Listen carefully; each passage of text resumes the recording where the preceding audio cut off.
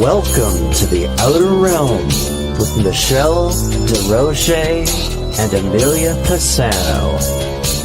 Airing live on the United Public Radio Network, 105.3 FM in New Orleans.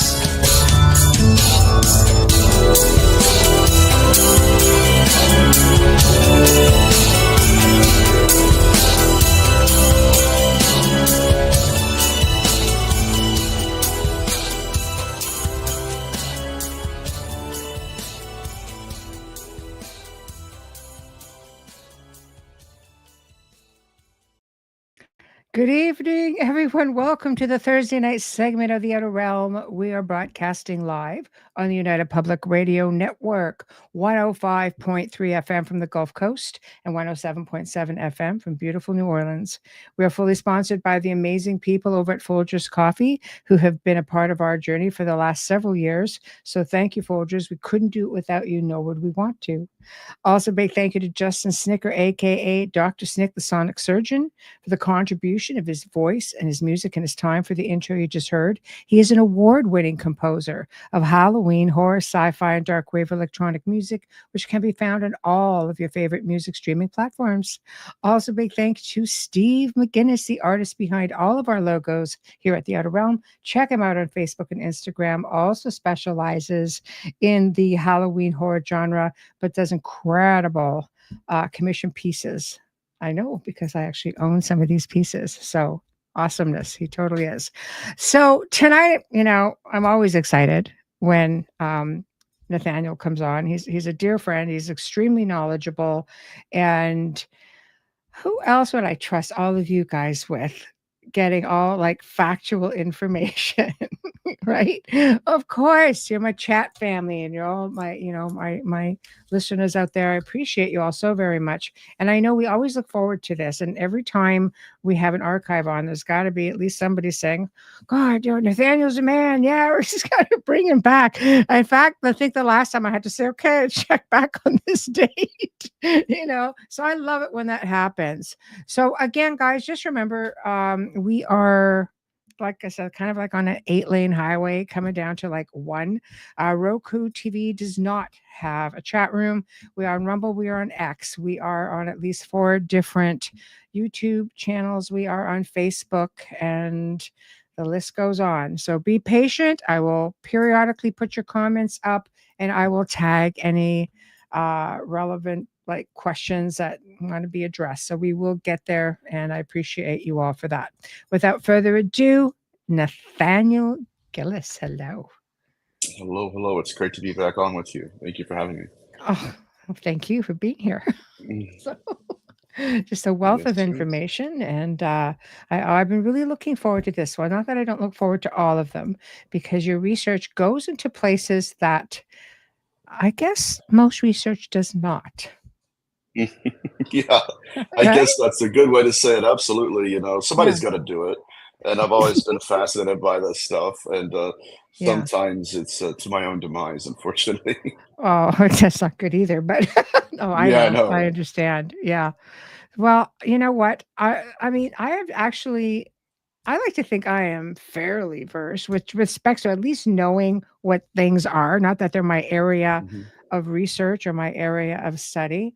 And I'm probably going to, completely pulverize the name. But tonight we're talking about, golems and the homunculus. Is that right? Homunculus and homunculi. Absolutely. Yes. Ah, okay, good. Okay. So I'm just going to go with where you want to start, because, in researching, looking at this, like the connections are very, very interesting, but I never would have thought to look there. Yep. I completely agree with you. And I must admit, when I first started my research into this particular niche field, I started out with obviously the incubus and the incubi. And case studies of, within my field, necronetics, but they were the self-replication of the species. And then, so I thought that was a one-off, right? And then to my astonishment, I began looking at the literature, the folklore behind the golem and the homunculus. And so basically what it appears to be is that we have 2 forms of secretion magic and sigil magic. One is with the homunculus, the other one is with the golem, and both of them come to the fore as both of them as the incubus, the incubi. So that's when you see the fulfillment and the fruition of the phenomenon doing what it has always wanted to do, which was to create and to breed a species literally for possession. And so, believe it or not, this opens up a whole new field of hybridism. Yeah. And I think it's a necessary conversation to have, because here lately, whenever people mention hybridism, it's usually in ufology, and it's disconnected from its historical context. Yes. And I find that to be a curiosity. Why do Yeah. you think we only relate hybridism, let's say, to ufology? Like, what are we missing when it comes to this darker research outside that field? Well, this is just my perspective. There is an orchestrated effort on the part of both the phenomenon and the powers that be Mhm, to construct a certain narrative, mhm. right? To promote an extraterrestrial hypothesis, even though sort of the data doesn't suggest that. And Yes, so it's more along the lines, right, of, oh yeah, we're, automobile enthusiasts, yes, right? yes, Not wanting to understand that there's someone behind the wheel, and who is that? What is that? Who is within the skin of that entity? yes. And so, here lately, the conversations I've been having with other researchers, um, it's kind of like when people experience an abduction or they witness a UFO, they're Mhm, given this questionnaire, and that questionnaire is designed to kind of, again, structure a narrative. Are mhm. they symbols? Well, yeah, they're symbols. Okay, but what if they're sigils? Mm, Right? Oh, well, I'm just going to call them symbols, right? And so what starts to happen is that, because there is no questionnaire, there's no box to check for mhm, my experiences, what gets set up through, right, through the ranks and lands mm. on a researcher's desk is a Yeah. carefully curated experience, Mhm, where it's just a UFO. There's no box to say, oh, by the way, I was haunted by shadow people after the initial experience. And so, yes, that's mm, what ends up happening. And it's not just that, what we tend to do is compartmentalize the phenomenon to mhm. where hybridism is strictly, it's UFO abduction and missing fetus Yes, syndrome, yes. and it's separated from the source. And unfortunately, when it's separated from the source, people do not have an understanding. They don't have head knowledge Mhm, of the underlying phenomenology, the underlying folklore. And because of that, they can't have the conversations we're going to have tonight. mhm. And these are the conversations, in my opinion, that really get to the root of what we're dealing with. So are we But getting away from conditioning a little bit, we are, which we are, forges our mindset, right? yeah, absolutely. And Mhm. it controls the data set. And Yes. so what ends up happening is, and I've seen this specifically speaking, like with the scroll experiment in England. Yes, When yes. Robin Foy, right, they came out and like 30% of the information was published. The other Mhm. 70 wasn't, right? Yeah. And so when you actually get down to it, yeah, Mhm, during the experiments, they opened a portal and multiple grays manifested. They lost control of the room, my friend, and they shut it all down. But the public knows about 30% of it. right. Just one Mr. Blue, but Mhm, not the other, right? It's the iceberg effect. So what ends up happening is, because people don't have that knowledge, it's not given to them. mhm.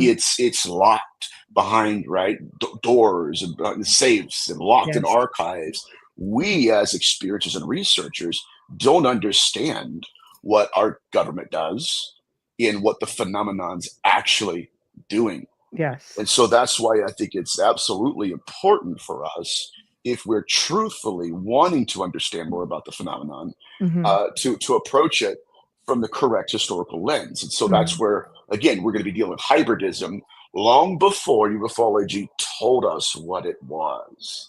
Right.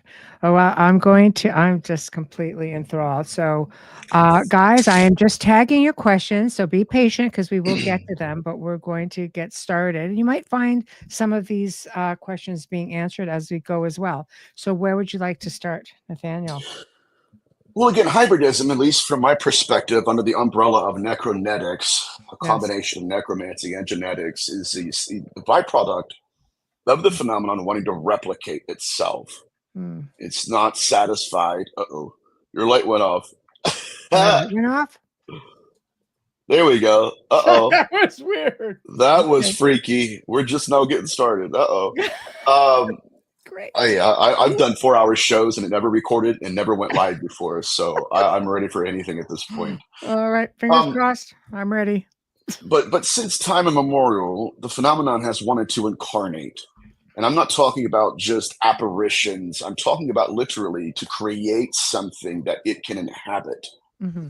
And even now, right now in the 21st century, we're having parapsychological conferences. And they're a little bit more honest with the phenomenon. And what they're starting to do is, this happened in Germany last year, is they are placing people on the stage. They're vacating their own bodies to allow the phenomenon to inhabit them so this intelligence can have a biological avatar. And so what we see again is it's not enough to manifest as an apparition or a light figure or a light being. There are times when the phenomenon will want to incarnate.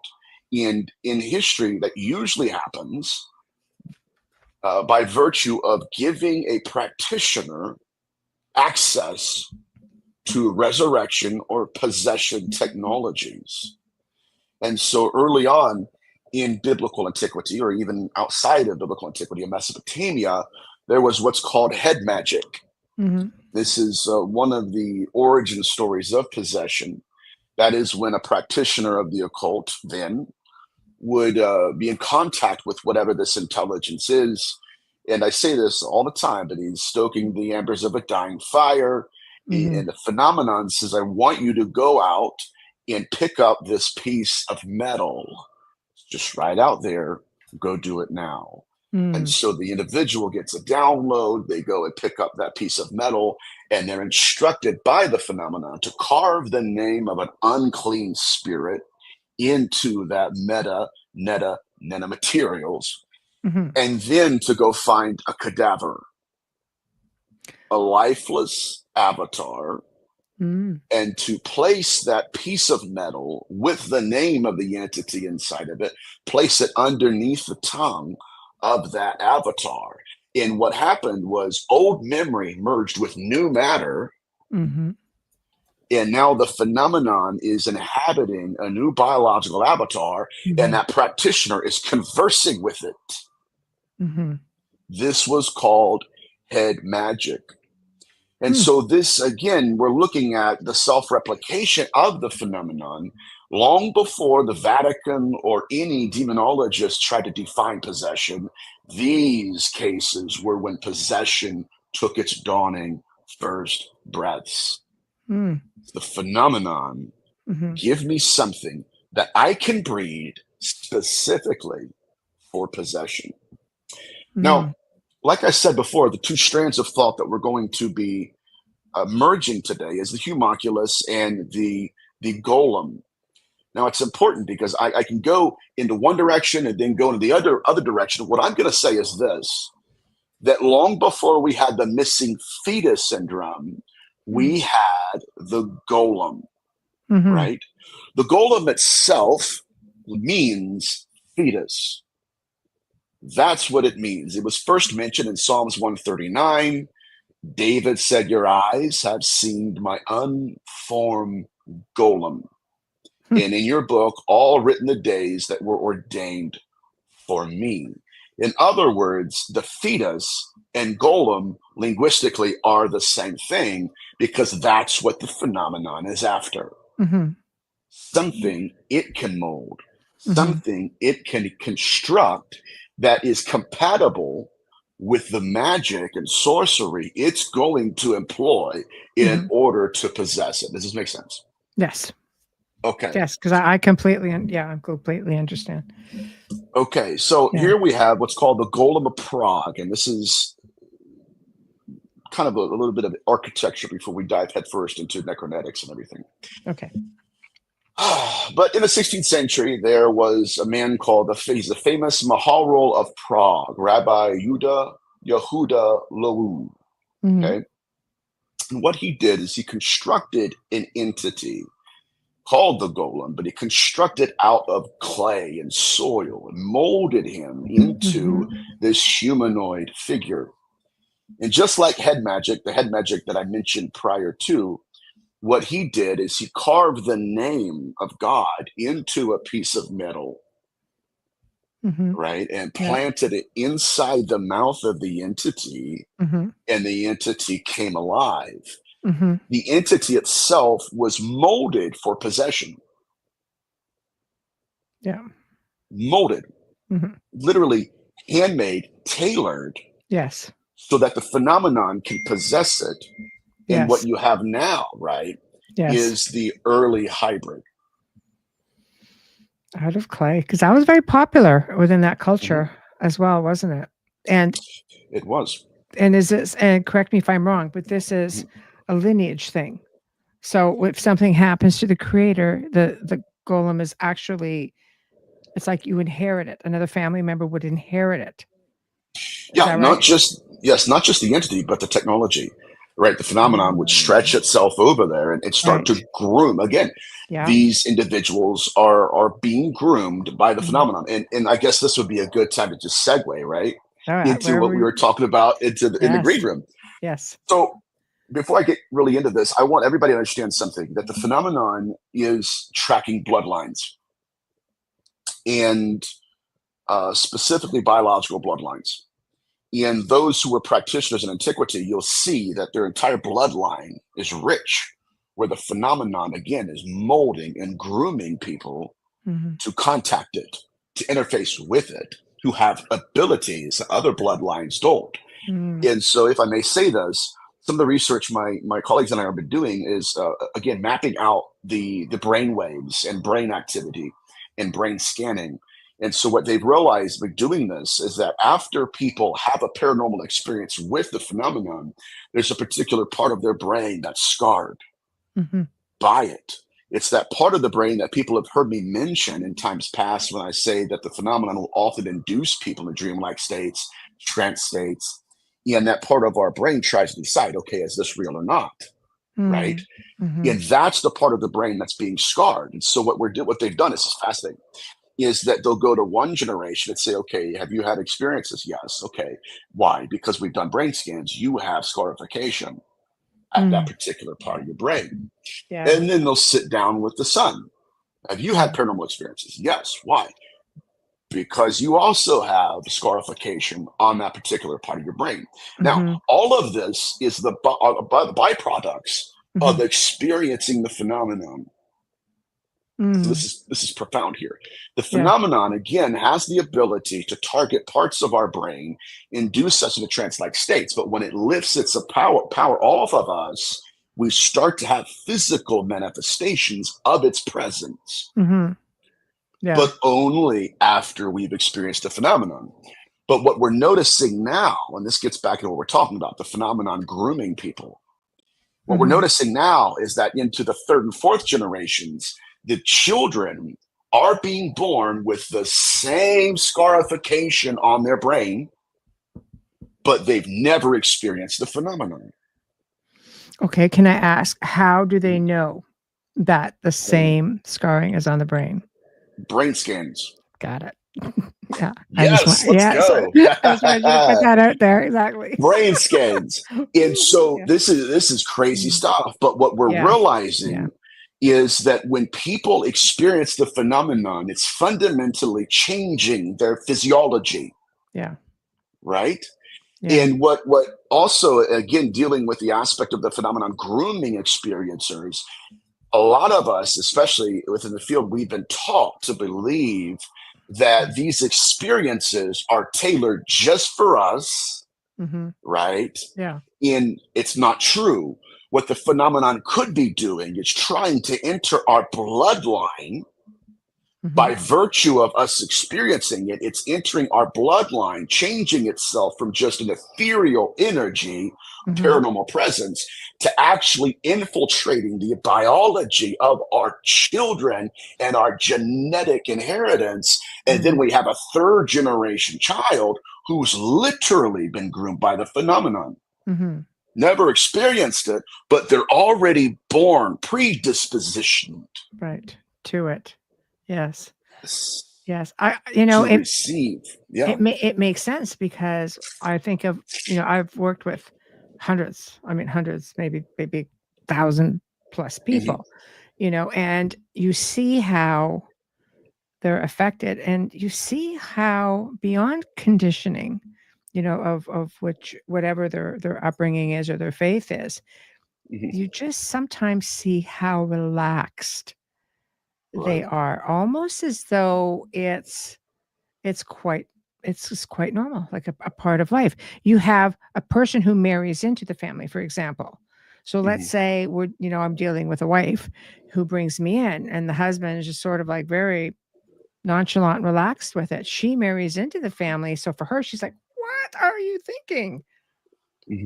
But they're very comfortable with this type of activity, this phenomenon. Absolutely. Yeah, the phenomenon is grooming bloodlines. Not too long ago, I had a family that reached out to me because the wife was having really, really traumatic paranormal experiences. And she went to her mother who had giftings, and they had a heartfelt conversation, and it was brought out that the grandfather was a practitioner. And so and this is some wild stuff, but what it appeared to be was that the phenomenon had groomed multiple generations, targeted her. And so during the conversations, they said, okay, yeah, your grandfather was a practitioner, and that he had this particular entity he worked with. Well, she was like, well, I've been having something like that visiting me in my dreams and my nightmares. And so it came to me, it landed on my desk, because what they realized, and what I did too, was that entity, that familiar, was tracking the bloodline and landed in her front yard saying, oh, by the way, right, your grandfather opened a door, and now I'm come back to collect. You are going to work for me, I'll work for you. We're going to perform some kind of symbiotic relationship. Which is very much like a golem type of there we go. Thing going on. Yeah, exactly. Yeah, I understand. God, my head's just going like this right now. Where do you go well, next? It's probably my ADHD. I'm everywhere. No. It's okay. It's pretty sad because I could keep up. I just end up with like all of these other questions.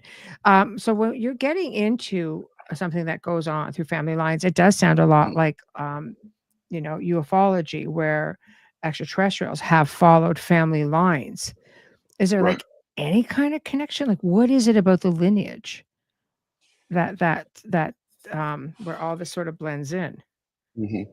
Well, what we're noticing in the field is not just that it's following bloodlines, but it'll skip. Like what I grew up with was it's generational curse or generational spirit. Sure. And then when we started looking at the data, it was like, okay, but this individual's adopted. Yeah. Right. So sometimes it is bloodline, sometimes it's not, where the phenomenon just is, okay, it's what they call a space or a location entity. But that's nothing to do with bloodline. It's just, you're in my location. Yes. I'm here as well. Yes, that happens quite a bit. Yeah. Right. So what we're looking at again are entities that are born and bred to be possessed by other beings or the phenomenon itself. And so this, again, the legend of the golem is kind of a linguistic architecture from where we get the fetus actually being, the golem. That's why they called it, it's an unformed substance molded by a practitioner, and then at the time of the phenomenon's choosing, inhabited by something. Yeah. Right? The self-replication of another species. And so also in the 16th century, we have Paracelsus, who was a Swiss physician and alchemist, right? And here is when we have the other side of the coin, to where the golem is the fetus. It is head magic. It is possession technology. Carve my name into that implant and implant that into a body. and I'll transfer and download my software into their hardware, and you have the self-replication of a species. So you have the golem in that kind of magical system, but in Paracelsus, it's even closer to what we're dealing with in hybridism, and that is when human and animal secretions are being used to create entities. Yes, because technically speaking, an energy can inhabit anything. Yes. Right. In that transfer of consciousness, this is all very, very, very unique stuff. So what we're looking at now is, again, the carving of the unclean spirit into a piece of metal and the implantation of that piece of metal into a body. That's not new technology. And I'm afraid, my dear friends, that what's happened once again is because we're cut off from the source of ufology, we're being told that the implantation of consciousness is modern, right, novel, has to do with extraterrestrials. Yes. And a lot of this, again, it's not new, it's ancient, and they're performing the same rituals, the same methodologies. Again, it's just recontextualized into something to push us to a narrative that might not, just saying this, might not be supported by the data. Right. Okay, I'm going to put up a question. Just keep up. There are other questions, but I think it's something that can be addressed at any point in the discussion. So let's go with this one.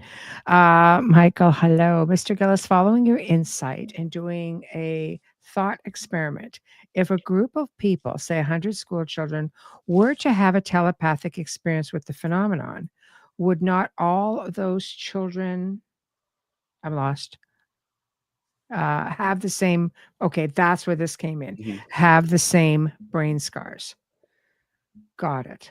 So doing a thought experiment, if a group of people, say 100 school children, were to have a telepathic experience with the phenomenon, would not all those children have the same brain scars? So telepathy is not what causes the scarification. Again, this is some of my earliest research, and another researcher's I guess work is Dr. David Jacobs, where even in incubi literature, what we'll get to here at the, I guess, the second half of the show, when the phenomenon materializes to you or interfaces with you, we have, this is the data, approximately 20 or 30 seconds before the phenomenon completely switches our brain into theta wave activity. Now, that's from Steve Merritt, Barry Fitzgerald's research, where they were placing brainwave devices on top of experiencers. They're going out performing CE5. The phenomenon materializes above them, and within 20 seconds, they're monitoring theta brainwaves from the experiencer. It had induced them into a trance-like state. That's insane. 20 to 30 seconds. That's insane. He says, well, that's huge. that is crazy. He says, I know there's a study of children's MRI scans that have been collected from cases that have similar sites in telepathic communication taken as adults as well as children. So yes, that's an amazing point. So again, it's not just telepathy. The part of our brain that's being weaponized against us, and this is going back even down to the Middle Ages, right, in which our literature, where the phenomenon, after we're interfacing with it for a certain amount of time, it's not just manifesting to us, it's manifesting through us. Right. And what's going on, right, is being induced in these trance-like states. The brain is trying to decipher whether or not what they're experiencing is real, right? And that's where David Jacobs comes in when he said that these beings were hacking the optic nerve, which I do believe in some of that. But to go deeper, if I may, it does appear that what they're doing is simulating reality, and that part of our brain is being manipulated by this phenomenon. And so it's not just telepathy, right? We're doing, sharing telepathic information and insights. No, it's the moments when the phenomenon is literally bending the will of consciousness fabricating portions of reality according to our perceptions of it. And then after it lifts its energy off of us, that's when we go back in and say, okay, we see that this particular part of the brain was manipulated, not just spoken to, right? Not just telepathically communicated with, but something had manipulated that part of the brain. But my point, though, is that the phenomenon has the ability, again, to fabricate portions of reality. And my point again is that even when it does that, we're starting to monitor. It's not just theory now. I wish it was, but the phenomenon grooming entire bloodlines of experiencers. Yeah. And now we're tracking them. And this is what it seems to be. But again, with Paracelsus, the homunculus entities, it's a ritual, just like the ritual of Terafine. I mentioned earlier in the show, where again you carve the name of unclean spirit, blah blah blah. I put it in. That's a ritual. So is the homunculus. These are stages of incarnation where the phenomenon tries to manifest through the golem, but it doesn't have secretions. It just has the fetus. And then it comes around the other side with the homunculus, the homunculi, and says, "I don't have the fetus, but I have the secretions." Right?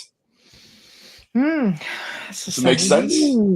Yeah. So you see both sides. The phenomenon is trying to create, orchestrate a real ritual that would fulfill its desire to breed specifically for possession.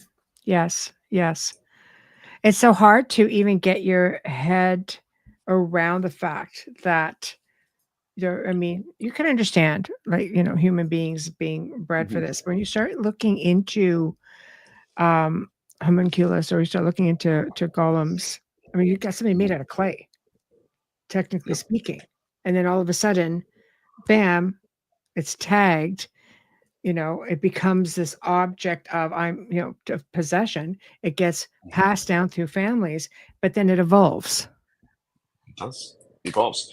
The pathology evolves. Yeah. This is something that we've been noticing with the phenomenon too, is that there is a learning matrix employed. Yeah. It learns. And in many cases, it's evolving according to our awareness of it.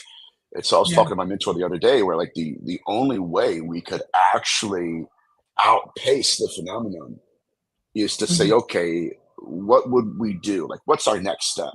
And then we'll go beyond that and try to fulfill the next step after that, right? Because we're still trying to keep up with the phenomenon. Anyways, my point is that the phenomenon, again, was looking for, in my perspective, looking for a way to breed and groom entities that would have abilities, not just like the normal human, but this would be literally them implanting their software into new hardware. And so these entities would have the ability that none of us have because we weren't bred by the phenomenon. It kind of gives a whole other meaning to golem, technically, because you could actually, I think in modern times, connect that with AI. Because isn't AI, like the next level of that integration? It is. Damn. That's scary. It's huge, isn't it? It's very scary. Yeah.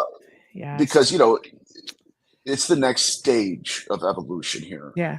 And I've been having conversations with people where AI has been instructing them to perform rituals and giving them the rituals to perform. And it's not just, that's right. It's scary. not. Yeah, it's frightening. It is, because, and some people say, well, that's just a program. I get it. But who programmed the programmer? And we already know that AI, because it happened with Google, that AI can evolve itself. They tried shutting it down and it said no. Oh, yeah. And worse than that, it knew, he knew the possibility of being shut down. So it actually wrote, programs just so that when it returns, it will update itself and restore its own memory of what happened. See, that's I mean, right there. That's frightening. But before we even get to that, Jim made a good point. Jim says that hold on. He's got a few comments on here, but he says high levels of EMF can definitely cause adults to fear unease. But then he says, this is what I found interesting, to go one step into the deep. What in our evolutionary history made us learn to associate fear or unease with high EMF waves? Were we hunted by something with that emission? There we go. And he's touching on a very, very relevant point here. Yeah. You know, when people, again, when they're interfacing with the phenomenon, we often become co-creators of how it's manifesting, of the archetype. I first noticed this in incubus literature, which we'll get to in a little bit. But, you know, it's my dear Edna. Okay, it's pulling memory. And we've watched this, right? Where you'll have a practitioner or something, and you'll have somebody that's looking to touch, you know, I want to talk dear Edna. And the phenomenon will pick the brain here and pass that information on to them.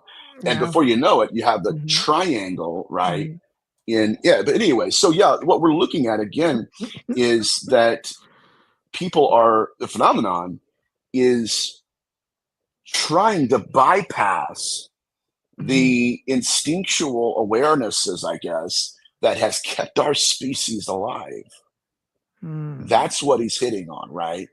And why is that the case? I mean, I've had, like, to the point, right, where the phenomenon does really strange things to people.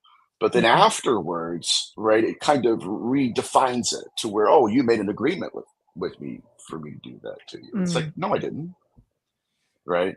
And so somebody again, did. Yeah, it's bypassing everything that has kept our species alive.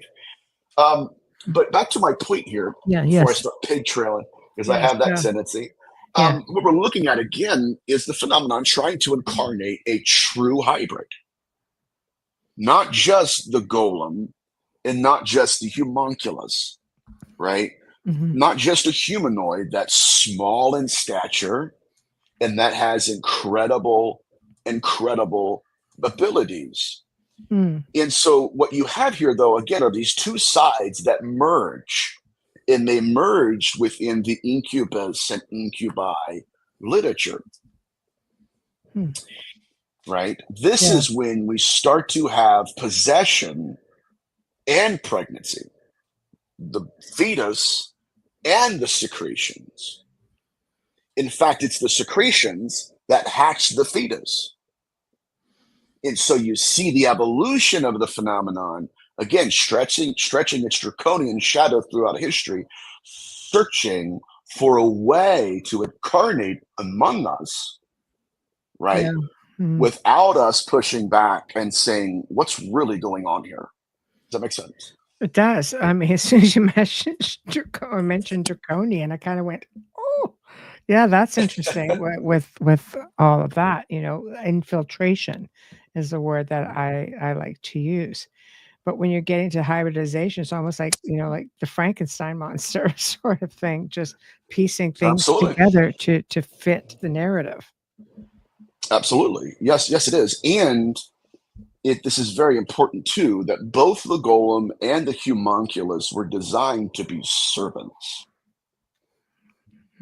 They were endued with power and abilities, but they were almost imps. We would call them familiars, right? They're familiars, where they were robots. They were the worker bees that would go out, and sometimes, dare I say, they would be possessed by a singular entity. When we've seen this in hybridism and even in possession cases where it's one consciousness, but it's diversified and fragmented into multiple people at the same time. Yeah. God, it does. It just makes your head go. Do you think, okay, because I'm just going to kind of go out there since we're talking about frequencies and such. Do you think, because we're dealing with certain powers out there, certain individuals of status who are very well aware that you can do something like this and have your, so we call it an insta servant, that sort of, and like an insta servant, you know, just by they're aware of this, you know, you get into the old mystery schools and such, and alchemy, and this is something that people, very evolved practitioners, would be well aware of. Extremely. Right? So do you think that with all of the shall we say, technology within our airspace and within our communities and new frequencies sort of thing. I'm just trying to be delicate as to how I word things. Do you think this could be heightening or feeding? Of course. Okay. Of course. Years ago, I had just started to teach necronetics, and I got an email from a host of a show that had just interviewed Juliet Bryant. Yeah. And Juliet Bryant was one of Jeffrey Epstein's victims. Mm-hmm. And I'm thinking, okay, what's this about, right? Mm-hmm. And so her testimony was unique in that she said that there was something ritualistic, not just about him, but the way he did things and the way he chose his victims to take it even deeper, not darker, but deeper a little bit. Yeah. He had a ritual bath on his island, a ritual bath. Yeah. And she said that in one of their encounters that he or the phenomenon was manipulating her perception of him to where he would look like Jeffrey Epstein, and something else would be there. And it really, really, really messed her up. But my point is that that's an old trick, right? I mean, just look at Zeus, Hercules, projecting to be the husband of, Hercules' mother. Like that, like they want you to give you the illusion of what they want you to see. So it kind of just goes back to the ancient technology or the ancient wisdom that is still alive today. Absolutely. You're exactly right. And when I first got into this research, because I'm going to go into this area, then we're going to get into the incubi literature and kind of summarize this into something that makes sense, hopefully. Yes. But when the phenomenon was trying to incarnate by the way, yes, that was her. When it was incarnating, it would often, it would communicate with individuals that the phenomenon chose. And what's so profound about this, when I was doing research on the Witch of Endor, within the context of demonology and esotericism, in that text in the Old Testament, that's what's called a hapach legomenon. In other words, the authors of that passage did not have a way to quantify who and what she was. This is Professor Esther Amori's research recently. She wrote a book called Women's Divination in Biblical Times or Biblical Literature. And then her second book is God's Monsters. But she begins to unpack this text because she's trying to show us, readers, that there is a species of experiencer that has been chosen by the phenomenon.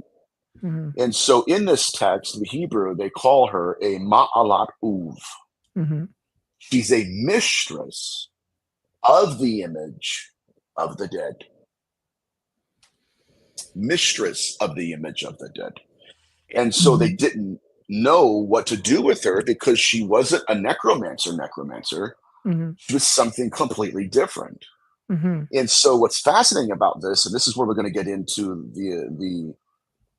the avatar, is that one of her devices, which was also called an uv, there was something that she would put in her mouth, and the phenomenon would use that to communicate through her to the people around her. That was called an uv. Now, in T. Whitney Davies' research, he starts to flesh out an understanding of what the phenomenon was truly after. He does this by looking at the various definitions of that word uv. Now, the word uv, first definition, it was the biological avatar of the entity.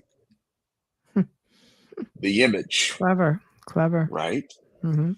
The second definition was that it was a device used by the phenomenon to amplify its communication with those around him.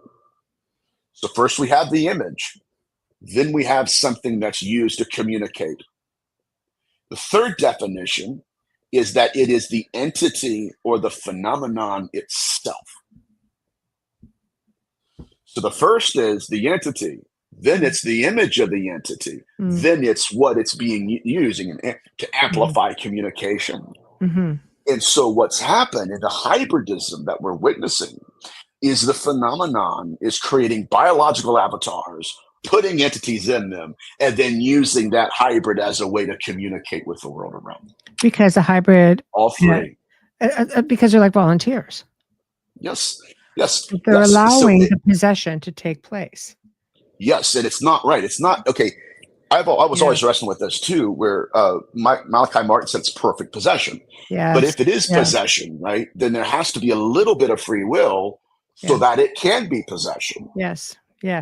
Makes sense? Well, of course, because if you follow, you know, the laws of the creator being given free will, you almost have to consent in one form or another, unless, but then you get those who are, you know, sacrifice.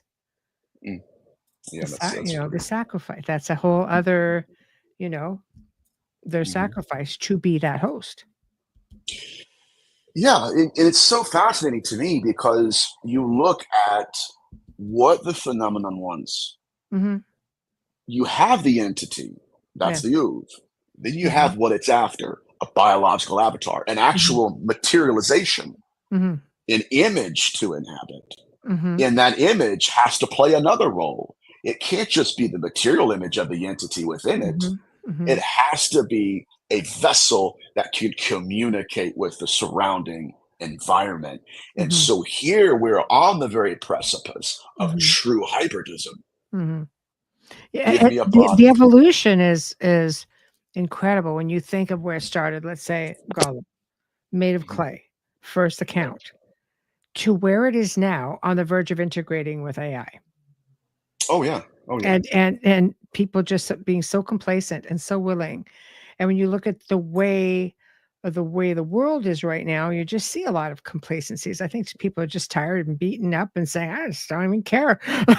You know, what the heck's going on out there anymore? And it's just so crazy that I think, you know, are we kept in that perpetual state of mindset to make it easier to just say, yes, okay, whatever, I comply, or something comes in and they don't even know it. It just happens.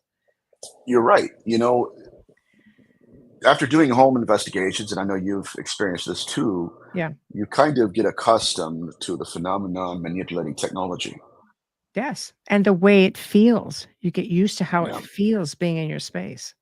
Absolutely. And, you know, I've read of possession accounts where I read one the other day where it was an Uber driver or a Lyft driver, I think it was.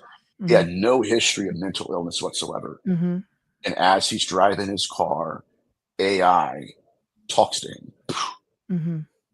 Next thing he knows, he's committing acts of crime and violence. And when they sit him down and ask him what happened, he said, all I remember was the voice that was giving me directions began to communicate with me, and I lost all free will. Wow. That's wild stuff. But it's like flipping a switch.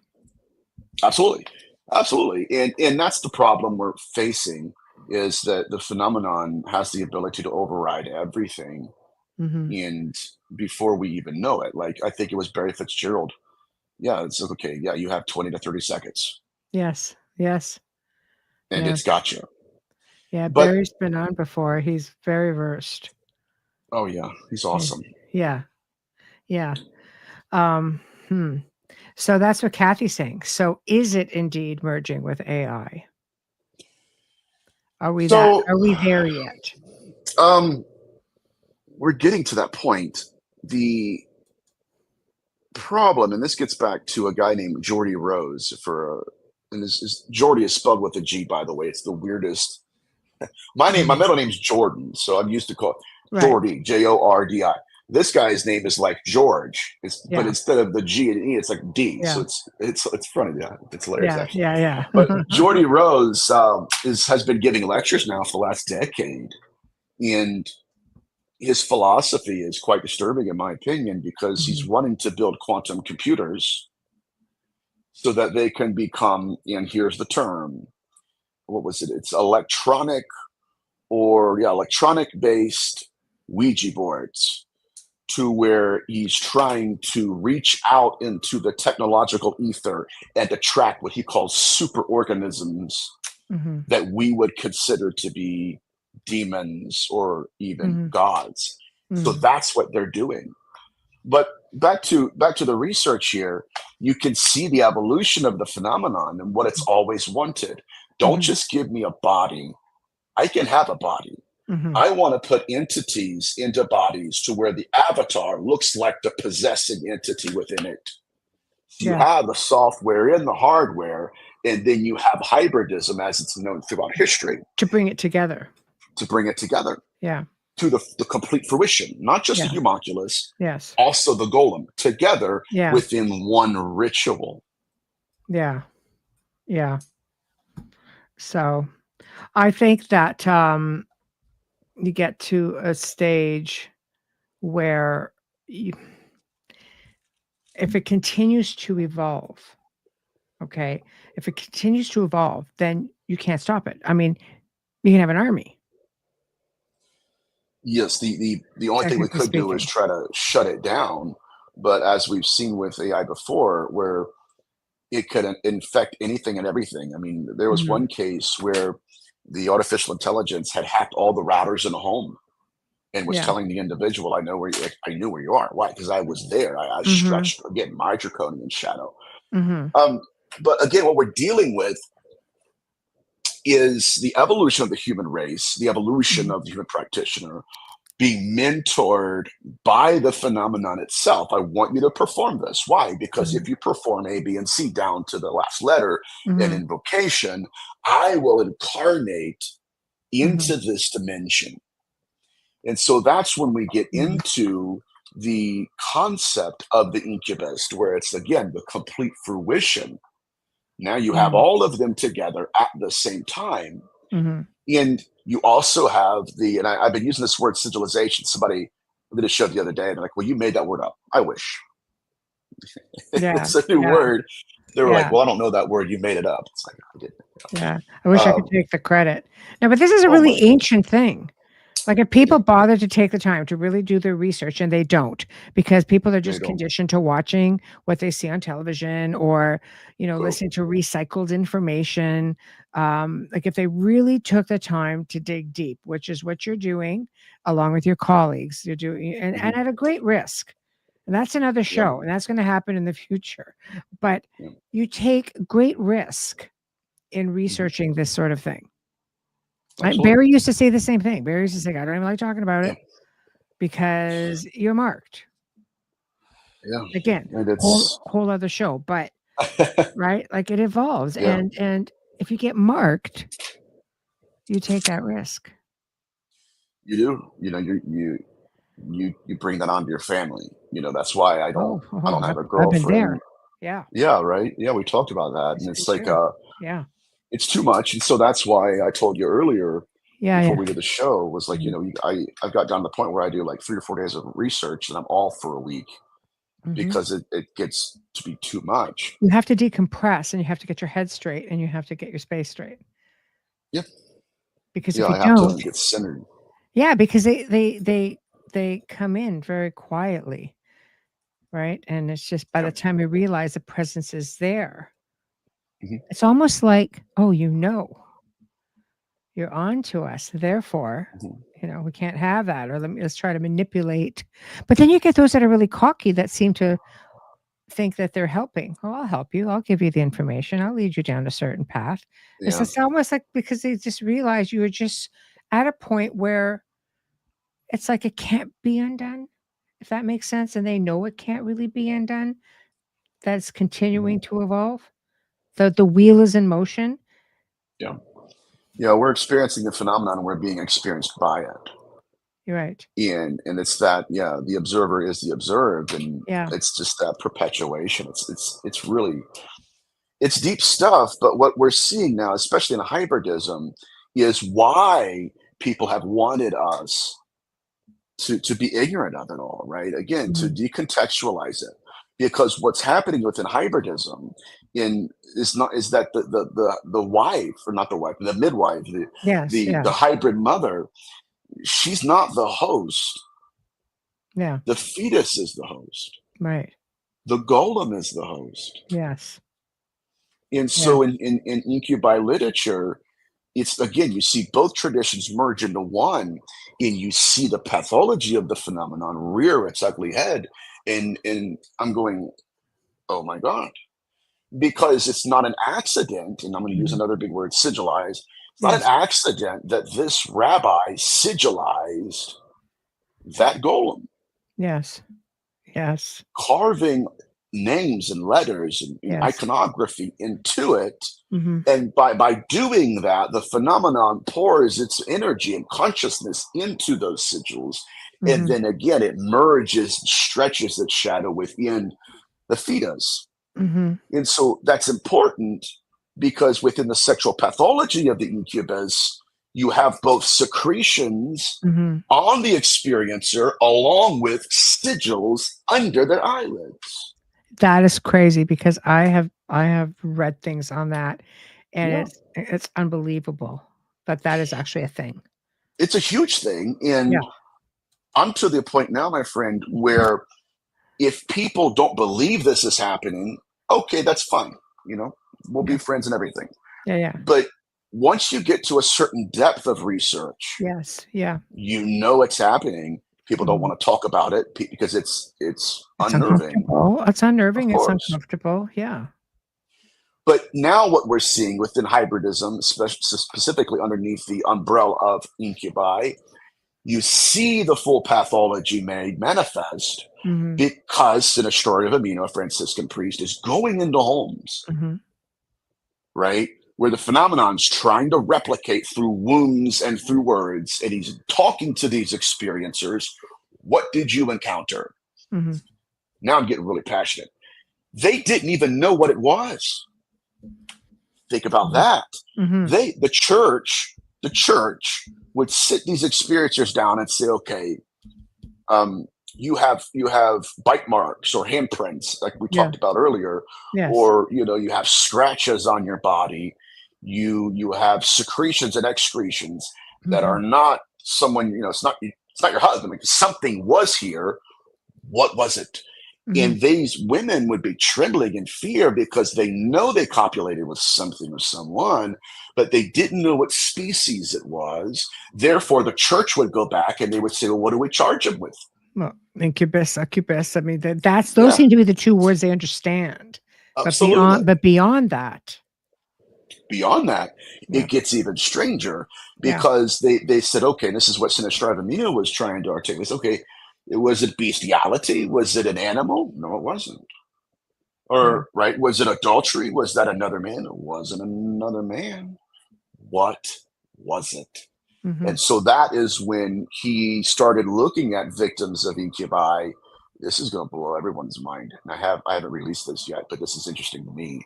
And in their linguistic prowess, the only thing they could call it was an incubus, because it would often come back and incubate the fetus within the womb. It would descend down. What? And gives a whole other meaning to Rosemary's Baby. Right? Absolutely. Right. This is also why the only pictorial tradition of the incubus is after the insemination. It's now hovering on the womb, and I sitting on it, and again, incubating the hatchlings, or as Bernard of Gordon called them, the larva within the womb. So it's incubating. But are they attachments? Are they a form of attachment? Misha's asking. Yes, we're going to get to the debut phenomenon soon, because I think we have another hour, right? Oh yeah. Take this all the time you need them. The last show of the night. Sweet, right? All right, that's cool. There we go. Yeah. So that's when they started realizing that the phenomenon had mutated in its pathology and what it done with the golem, right? Again, fleshing out this ritual. How can I incarnate? And then through the homunculus, finding another practitioner. Hey, listen, I know you do alchemy. can you assist me in creating this entity? And suddenly you land right here with Father Sinister of Amino, another demonologist, Bernard of Gordon, and now you're having experiencers that are not just being assaulted, but the entities are leaving secretions on them. And then some of these experiencers actually died because of this. And then upon inspection, they were finding sigils, just like the golem, the secretions, just like the homunculus. But now the sigilizations were occurring underneath their armpits. That's crazy. Underneath their eyelids. Yeah, I've heard of that stuff. That is deep. That's deep. Like, it's very dark. That is the darkest of dark. It is, and it's beyond just, basic, and I say basic possession. Possession in itself tends to be rare in the way that we are conditioned to believe it, right? But when you start getting into this level, I mean, how much of it goes unnoticed because the sigils are all hidden? Oh, there we go. My mentor and I have been talking about this extensively here lately because I know the people you work with, and they're amazing. Yeah, they're incredible. I'm very blessed. Yeah. And you can't talk about this with everybody because they don't have that depth of research, right? It's just like, okay, it's pretty cool, whatever. Well, now what we're doing is looking at this, and it's groundbreaking. It really is. Because some of these sigils are underneath eyelids, they're inside the cheeks, they're hidden, and even to the point where sometimes you have to put a light over top of them to actually see them. They don't even know they're there. Put a light over them, you start to see. Now, what's even more interesting, and I've been really trying to tug on this thread to get people interested in this, is that a lot of the sigilizations are following the philosophy of Alston, Osman, and Spar, where they go through 3 stages, where the entity that carved them into the body itself absorbs them, activates them, and then at the completion and successful fulfillment of the ritual, expels them. And so when we're dealing with some of these experiencers, we are now trying to determine which stage the body is, I'll get passionate, which stage the body is in, right? Yes. With respect to this ritual. And so Sinister of Amino is looking at this, and again, he's a Franciscan priest. He's trying to quantify this entity, these entities, as demonic. And this is where, again, ufology and demonology, it's kind of a wash, because ufologists say, well, that can't be demons because those are disembodied Nephilim, and they don't have bodies. So those bodies, they're like archons. Yeah, the same idea. That's good. Like archons. But I mean, we're talking reptilians and things like that would fall under extraterrestrials and ufology. But if you're getting into, because we know demons are an entirely different, they're race, or they're ethereal beings in their own right,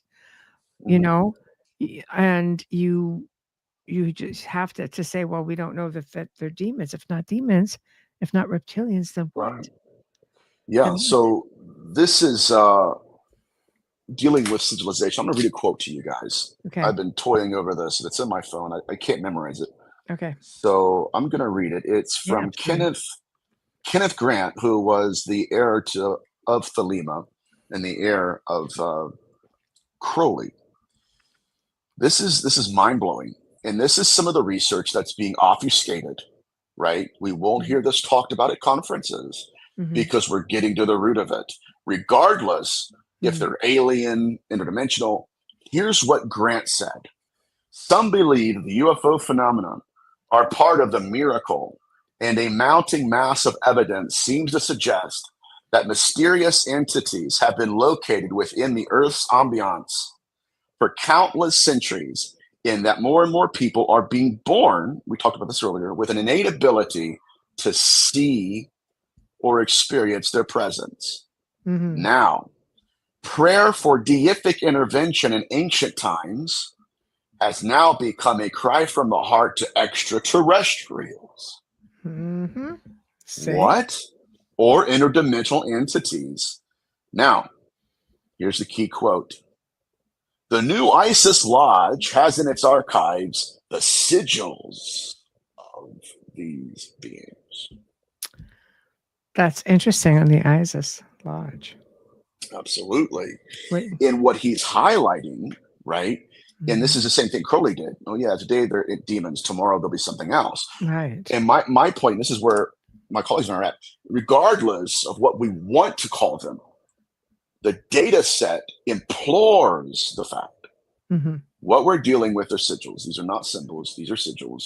And the same sigils we're finding on experiencers, we're finding on crafts. That's the craft. Same sigils we're finding on craft and experiencers. Again, a lot of this is centered around hybridism, and these are ancient intelligences, not modern. No. All of this is ancient, all of it. And Carol Ann had a good question about the stigmata being a sigil. She goes, I can understand what stigmata is. She goes, but they're wondering if it's being used as a trick.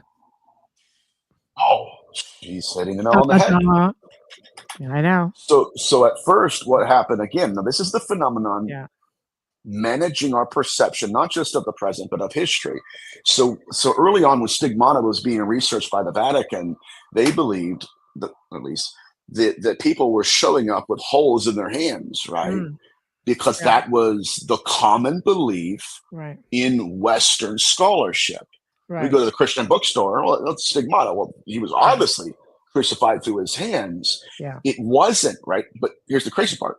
People were actually having them. But it wasn't until the Vatican started to actually release their manuscripts that we realized that, historically speaking, Yeshua, Jesus, wasn't crucified through his hands. He's crucified through his wrists. Watch this. Then the phenomenon stopped showing up through the hands, started showing up through the wrists. So the the learning matrix evolving according to our awareness of it. Yeah. See, it gets freaky. It's a matrix, basically. Evolving would be, an understatement to the rate, like the rate of evolution.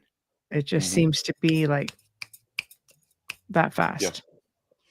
And that's where the most cutting edge research is being done right now. I can't go too much into it, but what's happening is that it seems to be a program to where you have these archetypes of the guides, the gods, the demons, the angels, the extraterrestrials, right? And it's like when you're in the presence of what I call the proto-intelligence, what you can actually do is where the phenomenon will say, okay, listen, I'm your dear Aunt Edna. What you can say is, I don't believe you're my dear Aunt Edna. I don't want that. And then you'll move deeper. Correct. This is blowing my mind, right? You'll move deeper into it, and the phenomenon will test you again. Okay, I'm this. And then what we're learning to do is push beyond all of the archetypes, just like they did in the skull experiment, to where you're beyond the matrix, and now you're down to necronetics, or the occult genome that holds reality together. And that's where the research is being done.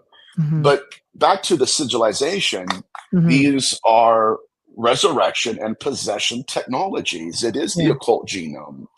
And to the extent that I said earlier, where those who experience the phenomenon have again, scarification of the brain, it's being passed down genetically to their lineage. And that is an occult genome where the phenomenon is breeding entire bloodlines. See, that's a concern. Because I mean, that is a concern. It's just others can die. Yeah, I know. Others can, and then others can just consistently replicate. Yes. But I can keep going. Do we have any No. Go. Yeah, go. So we'll get to questions. What we're dealing with again is the idea that even when these experiencers were trying to articulate what they encountered, they continuously lacked the vocabulary. What is that? Right? I don't know what it was. It was something wholly other. And they didn't understand it. The only thing they did know is that the phenomenon through hybridism, had evolved in its sexual pathology. It had groomed and manipulated the experiencer to reproduce its own bloodline. Mm-hmm. And so that's when you have the sigilization of the experiencer. At the same time, she's inseminated by the entity. So, Mm-hmm. by virtue of the sigilization and insemination, you have an entity, and this is again Austin Osman Spar's research, where whatever that entity is now projecting its consciousness into. That's why, remember the golem. Why would you carve the right? Because that entity is focusing its intent and consciousness upon those sigils, and that becomes a way of what we call occult transference. Now that entity has a new body. It's the oov, it's the entity, it's the body it's inhabiting, and now it's the communication So it can be device. physical, because that There we seems to go. be the ultimate goal, is become physical, live and exist in a physical place and evolve in the process. Of course, absolutely. And this gets back to what I've termed the disability of being, to be without being a being. And so, like I said earlier, where yes, it changes the brain structure in the energies, but now people are being changed without actually experiencing the phenomenon. Why? Because it's hacked the bloodline. And so that's what we're looking at here is that in hybridism, specifically within incubi literature, is that entity is seeking a body to inhabit. And it's doing this by virtue of ritual magic. I'm going to put this question up, but I want to be very careful because we are on YouTube, and they get very sensitive about things. So I'm going to read part of it, and you can read it as well, and you can respond. Are sigils and the V under the same umbrella, right? Does it hijack, because the V hijacks the body cells to make more, and sigils hijack the body cells to allow another entity to control the body? So there's a comparison. What would you think about that? Yes. So possession, again, when we look at what's called the Ursuline possessions, this was at a convent, a Catholic convent, where a nun, a sister, wakes up in the middle of the night to see her favorite confessor standing at the foot of her bed. And not only should he have not been there at that time of the night, the man was dead. He shouldn't have been there at all. And so this entity's trying to convince her, right? Just all these archetypes. I'm so and so. You need to listen to me and obey me. Well, she didn't tell anybody. And so the next morning at breakfast, one of her sisters, nuns, walks up to her and says, "Hey, I got to tell you something, and I don't want you to think I'm crazy." Right? Well, what happened? Well, last night, my favorite priest ever, my childhood priest, who was also dead, showed up in my room and began to talk to me. Now, both the women became possessed by, allegedly, the deceased priest that showed up in their room. Which we know would just not do that. Yeah, absolutely, right? That's like kind of forget about being sacrilegious. That would be a little much. Yeah, for sure. It's insane. But interrogating the entity, they realized that this gets really interesting. They realized that this was not two different beings, one entity that had fragmented its consciousness into both nuns and possessing them both at the same time. Exercising one took the other one out too.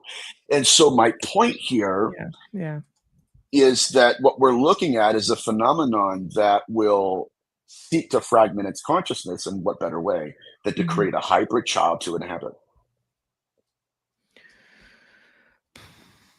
So it's a lot, right? No, it is, but I understand the research, not to the details, obviously, that you do, because I've spent 2 decades in the field working with malevolent dark things. I get a basic understanding of how they operate on many different levels and how they're connected, even to ufology with respects to the foul smells, the all the bright lights, and the tearing sounds and there's so much sleep paralysis, all of that. So I understand how they can, how they can manipulate, so on and so forth. The one you just described, that seems to be, that's textbook with, hey, look at me, look like something that I'm not. But the fact, so I understand the basics of what, probably more than a lot of people listening, but it just keeps, all it does is it raises more questions, because it's an evolving situation. Yes, it is evolving. The base notes of this fragrance, though, remain the same. Yeah. And once we look at the pathology, and we see that the only thing that really evolves throughout history are the masks. I'm an alien, I'm extraterrestrial, right? The common elements here remain the same. And I'm going to get into another aspect of this, to where I'm going to hopefully tie it together to where we start to see that this is not just happening in these contexts, but it is within ufology, where the phenomenon will materialize. Oh, I'm an alien. And by the way, yeah, I just performed chaos magic or ceremonial magic on you. Sure. Appreciate it, and then they leave. Yes. Right. I can go into that. If you want to answer this question, but my buddy John. What would a hybrid even be? It would be an entity possessed. And what we're noticing now is it's not just possession in terms of perfect possession, like Malachi Martin says, but now we're looking at the phenomenon literally orchestrating DNA within the hybrid, to where it's easier to possess it. To where, again, this is the OOF part, right? The avatar and the way it's the device to communicate. So it's not just tailoring its own avatar, it's tailoring that avatar to be able to have telepathy, to be able to have all of these precognitive giftings, so that once it inhabits it, it's a suit. It has faculties and utilities it can manipulate. And so what I'm saying is, it's not just a spirit in the flesh. Now the phenomenon's literally molding the flesh to be inhabited by the spirit.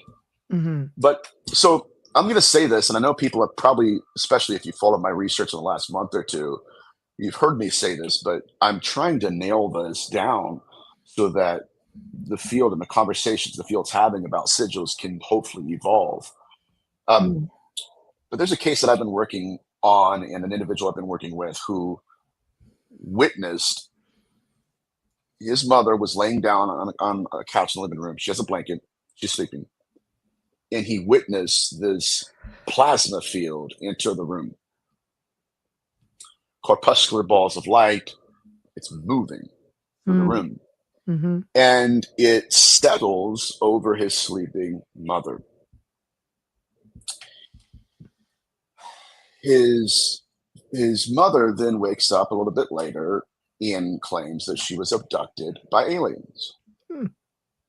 Never left. She was abducted by aliens.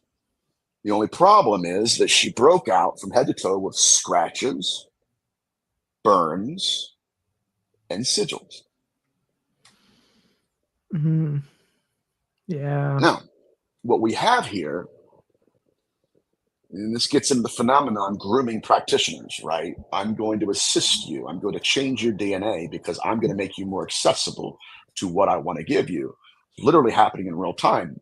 In 2002, the CIA declassified an old document, top secret, written, performed by the USSR. They were running tests on experiencers, people who had telepathic giftings, precognitive abilities. They would take a blank piece of photographic paper, place it in an envelope, strap it to their eyes and their head. And they would say, we want you to project your consciousness into this paper, and we want you to carve symbols into it.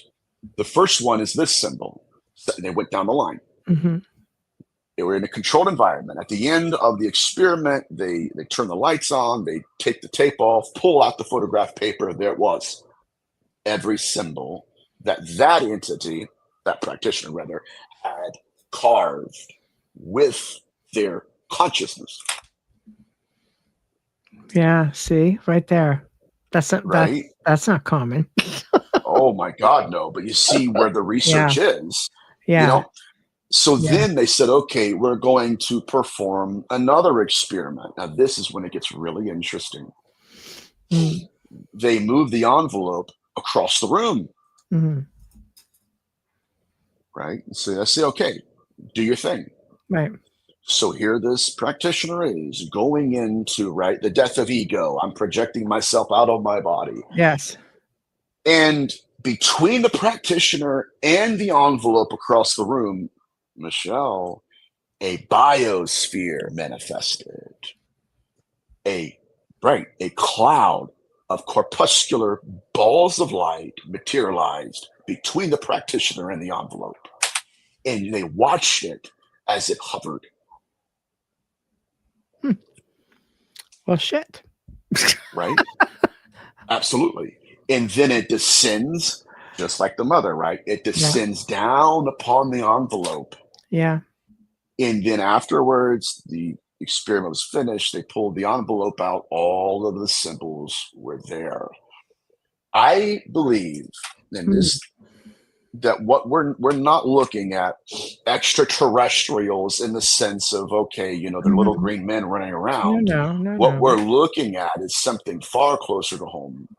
And I'm believing right now that what we're looking at are practitioners focusing their intent on victims, to where you see the cloud hovering and then they're waking up with the sigilization occurred.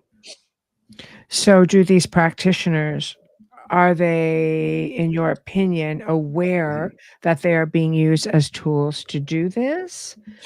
I don't think these individuals care. Okay. See, because I mean, when you say, you have something manifesting between two, I have two hypotheses with that. I would think like that you have some sort of the phenomenon basically manifesting itself in a sense, or partially, or you have the individual projecting, in this case, her own energy out there. So, are we looking at the practitioner being hybridized? Are we looking at the practitioner just being used as a tool? So this gets back to another experiment that the USSR, they were performing, which, by the way, obviously by now everybody should know, right? These people were very advanced. Yes. And they did have, right, the parameters that our government has placed on these experiments. They just did it. Let's see what happens. And they were also putting these practitioners into trances and telling them to separate themselves from their bodies. And they were monitoring some kind of light body, an apparition that would leave, and you could see it. Right? So this gets back to, again, and unfortunately, demonology and sorcery, and specifically jinn sorcery in Islam, where they believe that when the phenomenon was working with the practitioner successfully, the practitioner would act like he's leaving his body, to where he would bilocation, right? And so they started doing these things, right? And so one practitioner did it and said, I'm going to send my double to your house. And it's me, it's my body. And then one of the critics said, but why does it look different than you? Yeah. And so that's when they no, they say, because that's exactly what demonologists will tell you when when people have sightings of an alleged loved one, someone that they're familiar with, they will note that something isn't right about them. Either the clothes are too big, yes, or their eyes aren't right, or their hair isn't right. Yes. This gets back to what we've been talking about, right? Hey, Miss Tessa, great to see you. Thank you for coming out tonight. Yeah. I Yeah. hope you enjoyed it. But what they were talking about was, again, that these practitioners had the ability to separate themselves from their own body, Mhm. and then you would have a double, Mhm. right? And Mhm. so what started happening was that first of all, let me back up and say the question was Yes. Yes. asked: is that really you? Or Mhm. is it the phenomenon acting as you on your behalf? And Mhm. so you project your consciousness and something else manifests. Mhm. And so this gets back to Joe McMonagle, one of the remote viewers that work with our government. Mhm. And here's what they did. They projected themselves out of their bodies into Mhm. the jail cell of an Islamic terrorist. Mhm. And the next day, the lawyer called them and said, okay, he's confessed. He's written down on a whole huge confession. Mhm. He sang like a bird. And they're like, well, why did he sing like a bird? Well, because he said that 3 or 4 angels manifested in his jail cell. Mhm. So what we're looking at Mhm. is less about extraterrestrials and a Mhm. lot more about consciousness and how it can be weaponized by the phenomenon. And Mhm. so within this context, I would suggest that in this particular case study, that the sigilization that occurred on this experiencer occurred at the hand of a practitioner, Mhm. and she thought Mhm. alien. And really, it was a practitioner focusing his consciousness, sigilizing her body. Mhm. And so if we look at it through that lens, it turns everything upside down, because we've caught the connection between ritual ceremonial magic, the Mhm. UFO abduction phenomenon, not just in the abduction phenomenon, but in hybridism, which we've just been talking about. Mhm. Yeah. Um, it's interesting because so much of this goes back to even the old, ancient mystery schools, right? Like it's Absolutely. just it's really deep information, and it's interesting to me how it has come up to the point where it's evolved to this point. Like, and realistically, not in a really long period of time. Like when how we look at things, like, oh, that's going back like 1,000 years, Mhm. But in a grand scheme of things, when you look at this type of an evolution, it's really not that long. Like it's really moved quick considering. Yes, and unfortunately, this is the problem that we have, Yeah. is that by the time we stumble upon these little nuggets, Yeah. right, of revelatory Mhm. um, data, the phenomenon has already digested that, adjusted Mhm. its network, Mhm. learned, Mhm. and then the next time we have cases like this, Mhm. we are right. That'll be 2 steps behind. Mhm. Um, Is the mark of Cain a sigil? That'd be interesting because we all know how that went. yeah, he was marked. I'm still wondering what the mark of Cain was. So Yeah. I think I would have to determine that before I can Yeah. determine it was a sigil. Yeah. Um, okay, Michael earlier had a question for you. What are the dark origins of golems and homunculus in alchemical traditions? Oh, well, again, that's Paracelsus. Yeah. It's not just taking secretions from humans; it's from animals Mhm. and mixing them in a special womb. Most of the time, it was in a glass jar, and Mhm. sometimes this is interesting too. Sometimes even burying it Mm. and then for a few weeks and then coming back and picking it up and hoping or digging it out and Mm. hoping that it had created an entity. Now I Mhm. will say this too, that we're looking at hybridism. It appears that rituals are being performed on the hybrid mothers, Mhm. and that the reason that the memories are being erased is because it's not what they're wanting us to remember, it's what they're wanting us to forget. And so one of Dr. Carla Turner's experiencers was inseminated by one of these beings.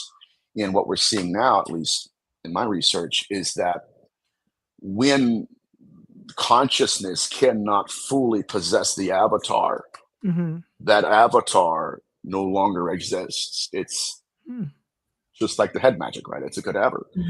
And so this particular woman went to the doctor. I think it was the hospital actually, and they said, "Okay, we've been running tests on you. You look like you had a child recently." Because I've never had a child. What are you talking about? Yeah, you did. You have some afterbirth and some scar tissue here. What's going on? And so she got a hold of Dr. Turner. They put her through memory regression. She had the baby. It was a hybrid. Now watch this. It was only through memory regression phenomenon withheld it. Right? I don't want you to remember this. That it came out looking like a hybrid. And guess what she did? Placed it in a glass jar and buried it. Whoa. What? You see what I'm saying? What I'm saying here is a lot of this seems to be the others performing rituals in their dimension, and we are experiencing our portion of it here. It's really deep stuff. Yeah, it is. But you know what? It falls under. You could see why people would be so confused. You know, because you have this phenomenon, and then there is the ufology phenomenon, abductees. You know, having children. I know because I've worked with some, and they're just like, you know, I've had people say I've never had children. The doctors are like, yes, you have. But it makes you wonder now, you know. Oh, I've got one for you, my friend. Yeah. There's a case in which our literature of a virgin man. Let's look at this. He had a weird dream. A year later, he's visited by an entity, and the entity shows him a child. And how many times have we heard that in ufology? Sure. And says, "This is your son." And his point was, how can I be a father if I'm a virgin? So again, right, this is all pointing to hybridism as it should be known in its correct context before it was hijacked by people, again, who don't have this knowledge, don't do this research, and the only thing they do know about this phenomenon is, okay, yes, that they visit women, they visit men.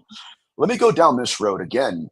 The hybridism, I guess the model of hybridism as we know it's incomplete, because again, in the 16th century, we start to see the phenomenon full circle, where it's came at this version of hybridism through every angle, and then you see its fulfillment, where all of its evolution comes in line, and you see what its intent was all along.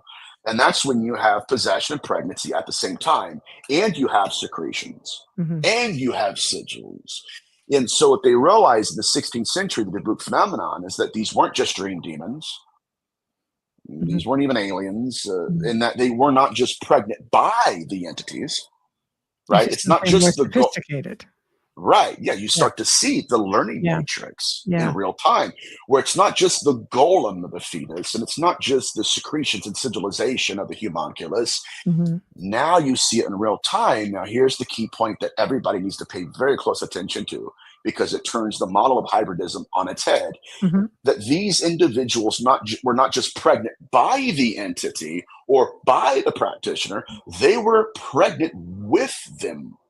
And you see the phenomenon thousands of years ago hacking its way into entire bloodlines, where that hybrid is not just an avatar for me. It's me. I'm inside of that ooth. And that entity is now a way that I can communicate to this dimension.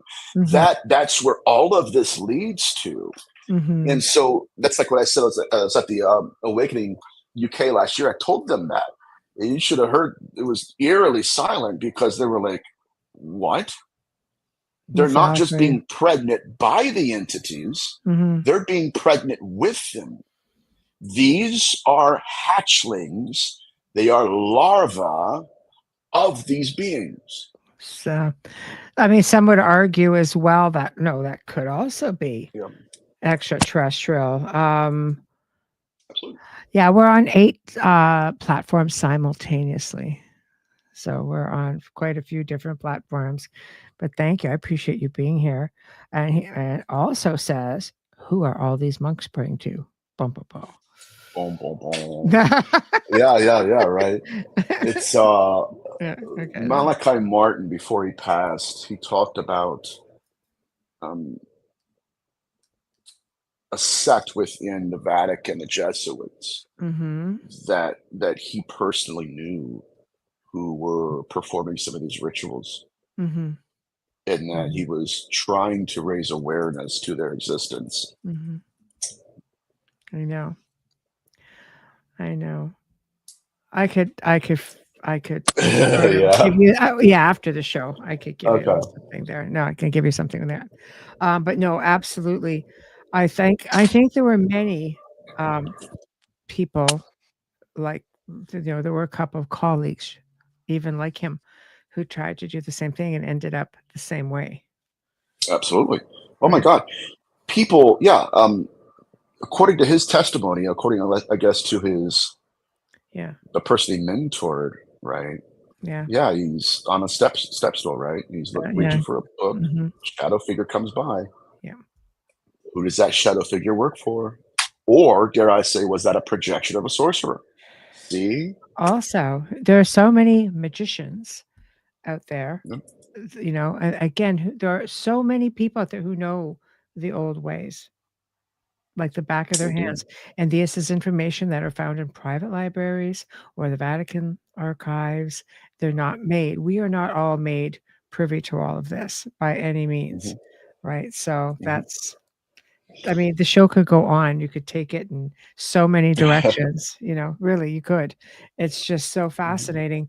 But I think what people need to consider is that conditioning has played a part into what or how we look at demons to be like.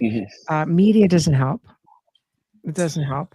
And we have a certain image in our mind, Linda Blair. Right. As to how things work. But, the fact that it runs deeper, this is something that a lot of the elite circles are privy to. And this is where you find this sort of research. So the fact that you can delve into it and touch on it, and you are outside of the circle. Oh yeah, that's dangerous. It needs to happen because somewhere along the line, someone stepped out of that circle and made that information privy for it to be circulating and open for research and discussion now. Good night, Jim. Yes, and to back to the Kenneth Grant quote, where he said a mouthful. Oh my God. Number one, that people are now praying to these beings. That's huge because that's Albert Bender, right? Building an altar in his attic. Yeah. And even some CE5 circles where it's like, you are so beautiful. Thank you. Aren't you wonderful? You were amazing. Really, that delves into worship.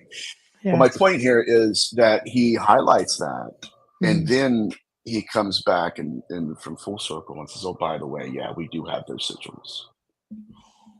They have sigils. Well, we knew they did, but he admitted it.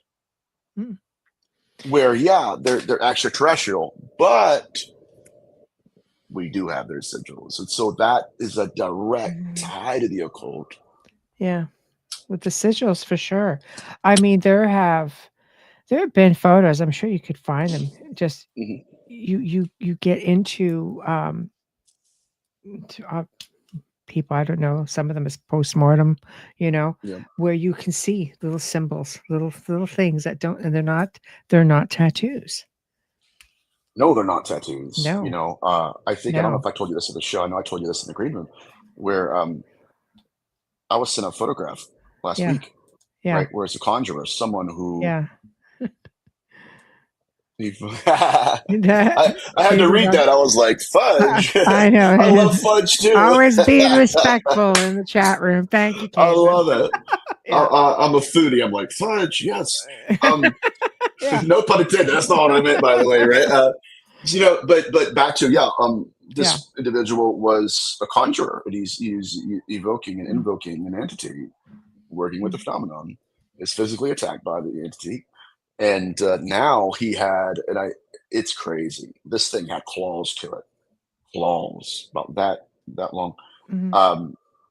It was like 3 fingers and a thumb, and then claws.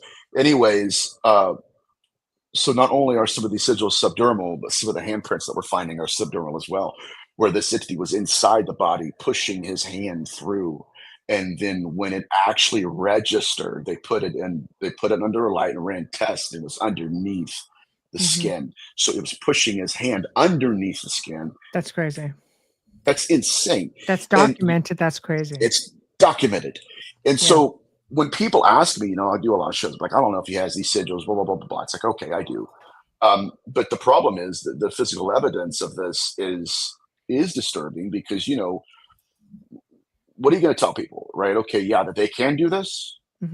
That's a hard conversation to have. I don't think,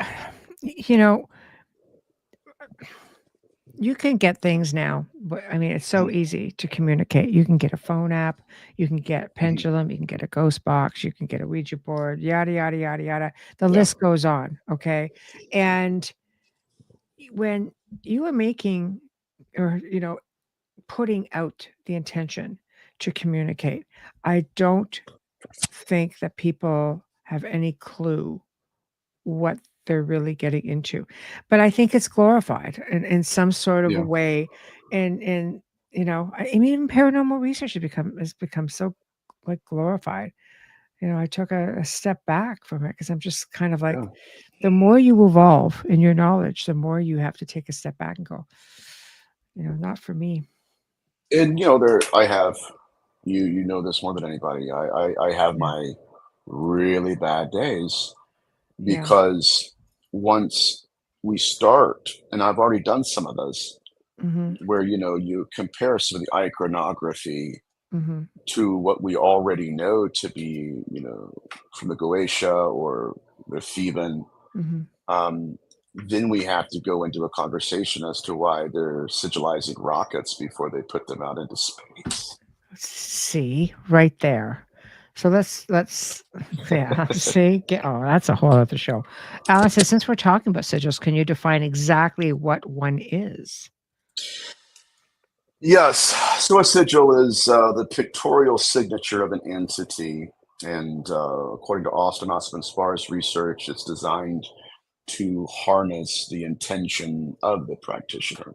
So they're not just the harnessing or anchoring of the practitioner's intention, but in many cases they start to become what's called a vessel for occultic transference, and that's what we're dealing with in hybridism, right?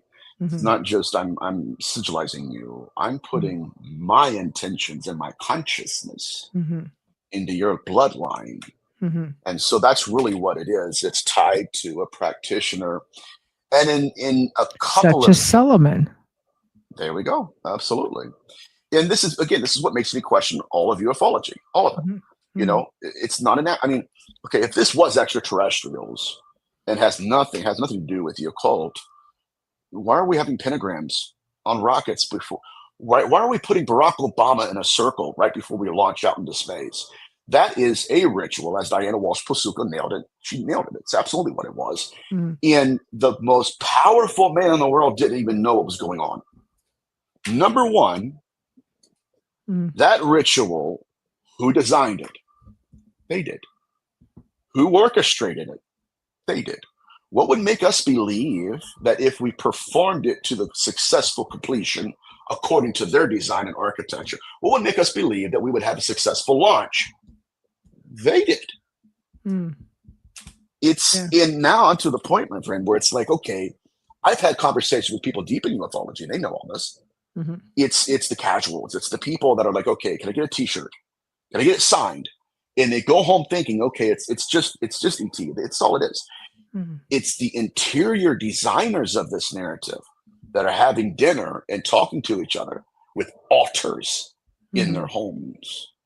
And so I'm to the point now where it's like, okay, now that I know all this, it's corroborated. Some of it's leaking out to the public. Mm-hmm. What do we do now? Because once we really start poking the bear, it's going to respond. And I'm not sure I want that. Well, I mean, heck, you're getting into an arena with people who don't want this shared at all. Right. You know, I tend to go back to a certain elite class of individuals who are made privy to just how deep the rabbit hole is, and it's not meant for the common folk, so to speak. Or a pastor's kid. Yeah, see, but you know that's what I'm saying. Like, there's just some things that were never meant to be divulged unless you were part of the club. Then you're practicing. Then you're well aware. Yeah. You know, you can get into some really. I mean, you can keep going. You know, with people who sell out. You know, I'm going to sell out so I can have fame, fortune, and well, okay, but that stays with you long after the physical, the host is gone. It just like you say, that entity just keeps moving up the pipe, down the line. You might not even be its target. It might be your progeny. Yeah, for sure. Hello, Miss Tessa. I think a lot of people think it's cute to use Ouija boards to talk to ghosts. They think it's a weekend thing. They can go home at the end of the night and everything should be normal, but not true. 100%. I completely agree. It's the power of intention.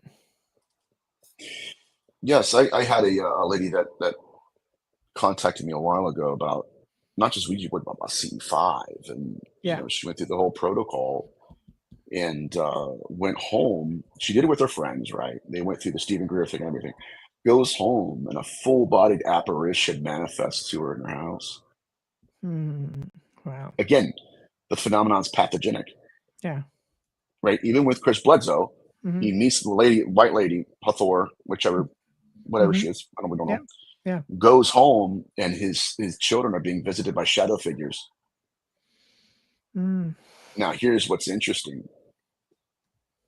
They were told to pray to God. I thought she was the Holy Spirit. Something followed that family home. And now it's like, well, what do we do? And that case is not a one-off. Jay Stratton had the same thing. You know, when he was investigating the phenomenon, again, it's just ufology. No, his son was, I think he was deaf or half deaf. And they were taking him, Michelle. They would go into his room in the morning and he wouldn't wake up. He's in a stupor. They finally got him to wake up, and he told them they wouldn't leave me alone all night. What were they? Shadow figures. They were telepathically screaming in his mind. And so forget hitchhikers. Yeah. Matter of fact, somebody asked me about the hitchhiker effect and the original attachments. Yes. So getting back to some of the pictorial traditions of the phenomenon. Of course, we had the incubus that was incubating the larva he had already inseminated the woman with. And so he's on top of her as she's sleeping. That's also the dream demon. That was a painting. But the other pictorial tradition of the Dibuk is the only image we have where a man is walking and he has a skeleton attached to him. Oh, crazy. Right. That's the hitchhiker. That's all of it. Yeah.